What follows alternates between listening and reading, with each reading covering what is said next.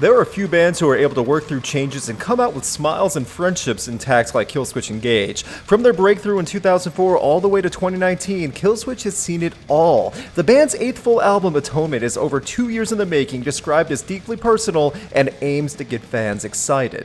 I honestly feel that the metalcore scene would not have become a staple in rock and metal if not for Killswitch. Admittedly, that scene has become flooded with very similar sounding material and indistinguishable bands, but through it all, Killswitch Engage has stood out like a beacon, regardless of which voice is in front of the band. There's a reason why fans have stuck with the name for 15 years. Atonement is meant to be a fun album, while many of the songs address mental health issues and other tough subjects. Jesse Leach said when discussing the album writing, "I want to take all of that energy, negativity, and turn it into something positive to make people feel a sense of hope. Acknowledge the darkness and fight through it. If you keep pushing, you will persevere. There will always be a ray of hope." Having something a little more uplifting while addressing problems is good grounds for album writing material in my mind. Pair that with a live wire guitarist in Adam and everyone else's heavy contribution in the band and it all sounds great. The hype for this album is that it's being described as one of their best releases, if not the best since 2004's The End of Heartache, which is a high measuring stick to say the least. Atonement starts off huge through 2 songs that instantly connect. The opening track, Unleashed, has great volume from Jesse along with heavy drum blasts from Justin.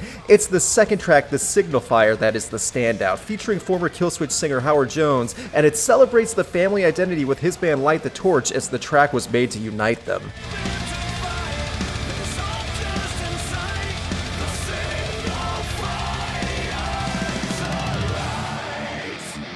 Howard's singing paired with Jesse's screams steal the show on Atonement. The guitar riffs are relentless and add to the weight of this song. It's just about what every Killswitch fan, past or present, could have hoped for.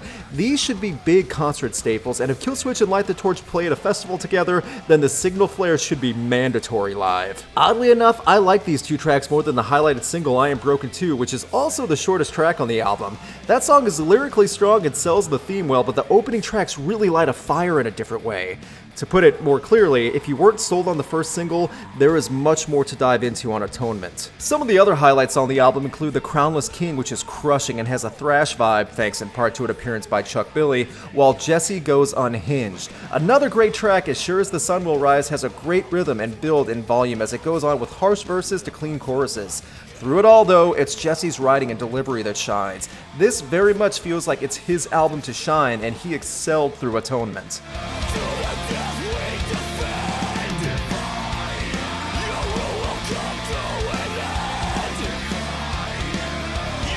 The real complaint through this album is shown in tracks like Know Your Enemy and Take Control, where the songs could really use more guitar play. Some tracks beg for a wild solo to extend longer than 10 seconds.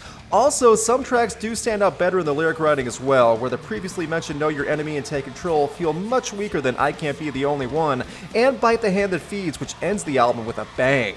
On top of that, it's a short overall runtime at under 40 minutes through 11 tracks. If those are the biggest problems an album has, however, then something must be working. Atonement delivers on multiple levels and keeps your attention. It's the type of album where you'll pick and choose your favorites like a metal buffet and keep coming back for seconds. In turn, they've made new songs to scream with and continued their ever-growing list of killer tracks.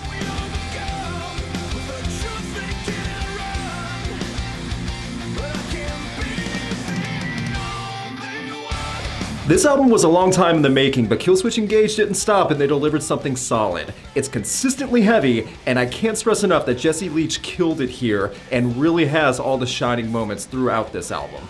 Overall, Atonement is that pure metalcore style that would satisfy just about every long-standing Killswitch fan, while proving that the band can still deliver. It stands as a personal triumph through roadblocks, has deep writing that can help inspire, and has heavy riffs for days. It's a solid entry and a glowing redemption in a stale metalcore scene.